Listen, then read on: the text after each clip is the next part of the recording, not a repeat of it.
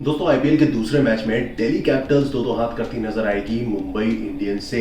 भाई एक तरफ होंगे ऋषभ पंत तो दूसरी तरफ होंगे हिटमैन रोहित शर्मा।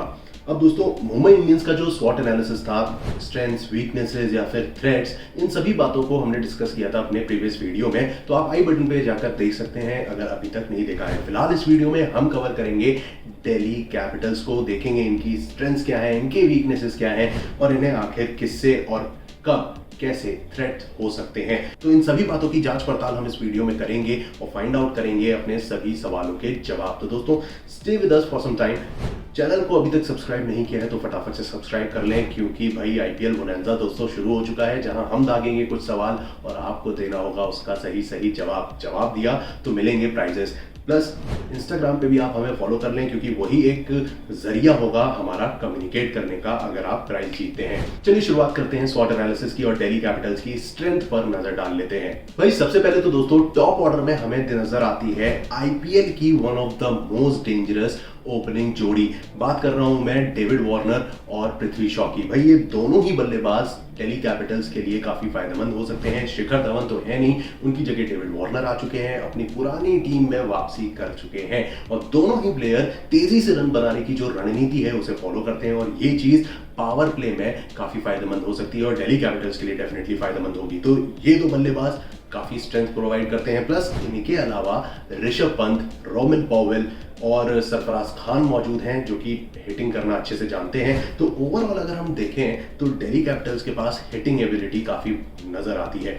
वहीं अगर हम बात करें बॉलिंग लाइनअप की तो दोस्तों यहां भी टीम की थोड़ी स्ट्रेंथ बरकरार है। अब भले ही कगिसो रबाडा मौजूद नहीं है, लेकिन एंड्रिस नॉर्किया हाल फिलहाल नहीं है टीम में, लेकिन अगर हम लॉन्ग रन में देखें तो हो सकता है आईपीएल में वापसी कर लेंगे। तो अगर एंड्रिस नॉर्किया आते हैं, मुस्तफिजुर रहमान मौजूद हैं, plus they have Lungi Ngidi, तो दोस्तों इन तीनों की जो तिगड़ी है ये दिल्ली कैपिटल्स को काफी स्ट्रांग बनाती है, इनका पेस अटैक स्ट्रांग बनाती है।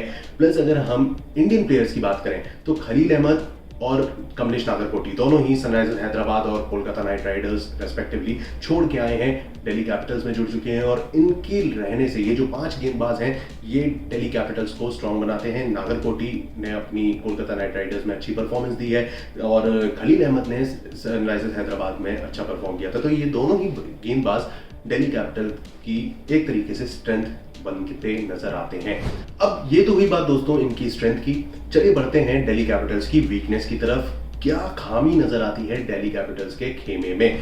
भाई सबसे पहले तो दोस्तों जो टीम का स्ट्रेंथ मैंने अभी बताई आपको कि बॉलिंग है, वहीं पे छोटी सी दरार है एंड्रिस नॉर्किया की, जो हम बात कर रहे थे कि भाई हिप इंजरी हुई थी, उसके बाद T20 वर्ल्ड कप के बाद से ये इंटरनेशनल क्रिकेट में अच्छा दिखे नहीं है और अगर ये वापसी करते भी हैं आईपीएल में, जो कि 10 या 15 अप्रैल के बीच में ये वापसी कर जाएंगे ऐसी उम्मीद है, तो ऐसा अगर होता है तो वो कितने फिट रहते हैं और जो एक्सपेक्टेशंस हैं फैंस की, टीम की, क्या वो उसमें खरे उतरेंगे या नहीं, ये एक बड़ा सवाल है, जो कि एक छोटी सी वीकनेस नजर आती है दिल्ली कैपिटल्स की पेस अटैक में।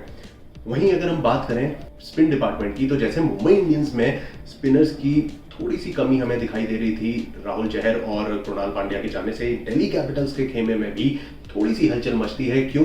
क्योंकि भाई रविचंद्रन अश्विन मौजूद नहीं है दोस्तों, अमित मिश्रा भी नहीं है, तो इन दोनों की एक्सपीरियंस और जिस तरह से ये गेंदबाजी करते थे, फॉर्म में थे, वो देखते हुए दिल्ली कैपिटल्स को छोटा सा झटका जरूर लगा है। हालांकि टीम में दोस्तों अक्षर पटेल मौजूद हैं, अच्छी गेंदबाज तो हैं ही, लोअर ऑर्डर में इन्होंने ताबड़तोड़ बल्लेबाजी का भी नमूना हमें दिखा रखा है लास्ट सीजन में, तो he is a good player. हाँ, इनके अलावा कुलदीप यादव मौजूद हैं दोस्तों। Kuldeep was a good player, या कहें कि उनके अंदर अभी भी क्रिकेट काफ़ी बाकी है, बट उस हिसाब से उन्हें मोल्ड नहीं किया गया। वही पिछले 3 सीजन में वो मात्र 14 मैचेस खेल पाए थे, अब दिल्ली कैपिटल्स के साथ आए हैं, तो किस तरह से दिल्ली कैपिटल उन्हें यूजफुल बनाती है ये देखना होगा। और इनके अलावा अगर हम देखें तो इन 2 गेंदबाजों के अलावा कोई भी डिसेंट स्पिनर दिल्ली कैपिटल्स के खेमे में मौजूद नहीं है जो कि आगे बढ़ के मदद कर सके दिल्ली कैपिटल्स की। तो ये है छोटा सा वीकनेस जो हमें नजर आती है दिल्ली कैपिटल्स के खेमे में। अब बढ़ते हैं दोस्तों अपॉर्चुनिटी को ग्रैब करने वाले अपॉर्चुनिस्ट्स पर। भाई अगर हम दिल्ली कैपिटल्स की यानी कि दिल्ली डेयरडेविल्स जब आईपीएल शुरू हुआ था इनकी जर्नी को नजर डालें तो दोस्तों शुरुआत कभी दिल्ली कैपिटल्स की स्टार्टिंग में कभी अच्छी रही नहीं। ट्रॉफी इनके हाथ कभी लगी नहीं है। 2020 में ये फाइनल तक का सफर तय कर पाए थे श्रेयस अय्यर की कप्तानी के अंदर।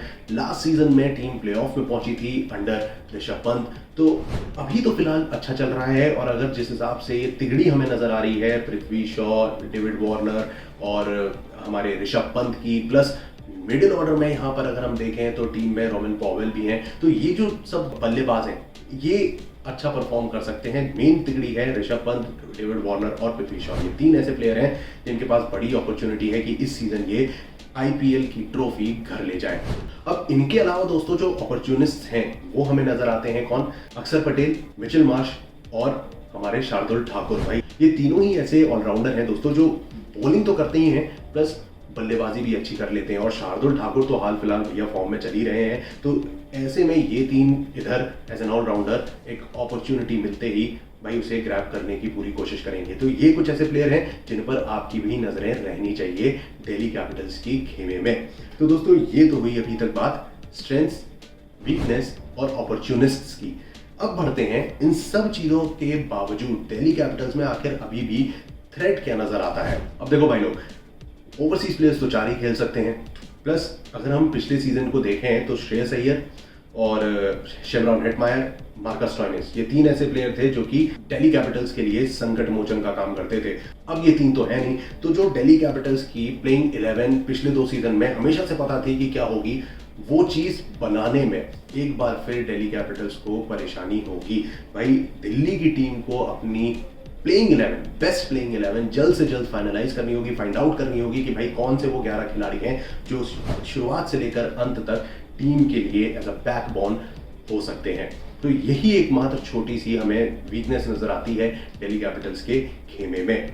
अब ये तो दोस्तों हुई बात स्वॉट एनालिसिस की। चलिए अब बढ़ते हैं आज के सवाल पर, यानी कि आईपीएल बोनांजा के सवाल पर। दोस्तों आज के इस वीडियो में अब जो होने वाला है मैच दिल्ली कैपिटल्स और मुंबई इंडियंस का जो सेकंड मैच है, इसमें दोस्तों कौन सा वो प्लेयर है जिसके पास होंगे सबसे ज्यादा ड्रीम 11 पॉइंट्स? जवाब कमेंट सेक्शन में हमें जरूर दें। अगर आपका जवाब होता है सही तो डेफिनेटली आपको मिलेगा एक कैश प्राइज। दोस्तों समाप्त करते हैं आज के इस वीडियो को, जल्द हाजिर होऊंगा एक और एनालिसिस के साथ। तब तक के लिए stay tuned and keep watching cricket line Guru. Cricket की तमाम लेटेस्ट अपडेट्स जानने के लिए सब्सक्राइब करें क्रिकेट लाइन गुरु चैनल को और बेल आइकन प्रेस करें जिससे आप किसी भी वीडियो को मिस ना करें। Also follow us on Instagram for quick updates.